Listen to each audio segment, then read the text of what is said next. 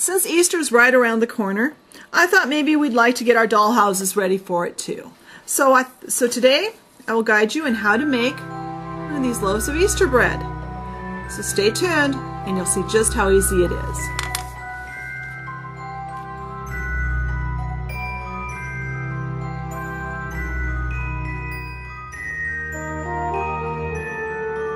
Alright, the first step to making our Easter bread is to bake off some little polymer clay eggs. They don't have to be perfect because you can, if they've got a funky side, you can put the funky side down. I actually made these last year. I made a whole bag of them and I used some last year and I've got more to use. Eventually I'll have to make more, but it'll be a while. Then take some cream colored clay. I just have it's an off-white creamish color.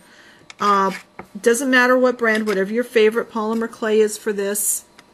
Since there's not really a lot of detail, you don't need a really firm clay. You can use a softer clay for this project. Make a snake and cut it in half and twist it. You just need to twist it. I tried to do this with 3 braids and it just didn't work. Kind of squeeze it so those twists are going to stay together. And then cut it off where it's kind of tight. Make sure it's going to meet.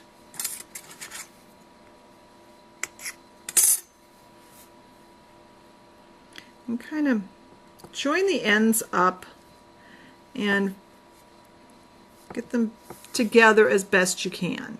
They're not going to be perfectly met together, but that's okay. You can if you put an egg over that, one of your eggs over that, it will help. If you've got a tool, kind of help you to get it kind of put together. And then at this point, I like to take my eggs and kind of push them down in here, kind of figuring out where they're going to lay. And we're not going to leave them at this point. We're actually going to take these off to do our next step. But I like to know where the eggs are going to fit and make sure that I've got this about the way I want before I go on. Alright, that looks about like what I want it to. So I'm going to pull my eggs back out and put them to the side. And now we're going to use our chalk like we do on any baked good. We're going to start with yellow ochre and we're going to lightly brush our yellow ochre chalk around our bread to make it golden brown and delicious.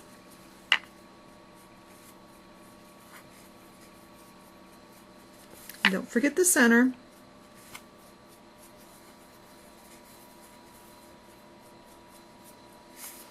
And you don't want too much. You don't want too much color. And then just a tiny bit of brown mixed with a little more yellow ochre, just to highlight just some of the higher points, just barely, and blend that really well so that it looks baked. And you want some of that cream color clay to still show. You don't want it all colored. Now, since these eggs are already baked, we need to glue them. So what we will do is we're going to use some liquid polymer clay. This happens to be liquid Fimo. You could use TLS, translucent liquid Sculpey, or liquid Fimo, either one. It doesn't matter because it's not going to show.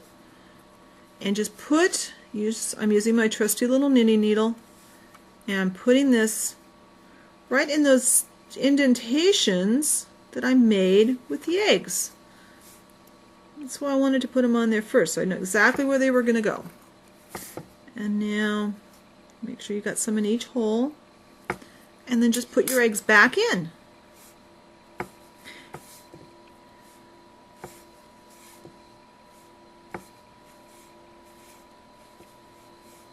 And you can put them in any order you like, and whatever color eggs you like. Now go ahead and bake it off. I baked this one for about 10 minutes.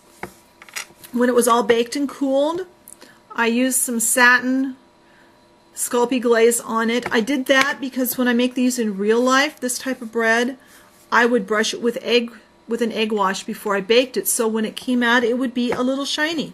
So to mimic that, we use a satin glaze. And that'll also help to ensure that your eggs will stay on. That's all there is to it. I hope you have fun making it, and I'll talk to you later. Bye.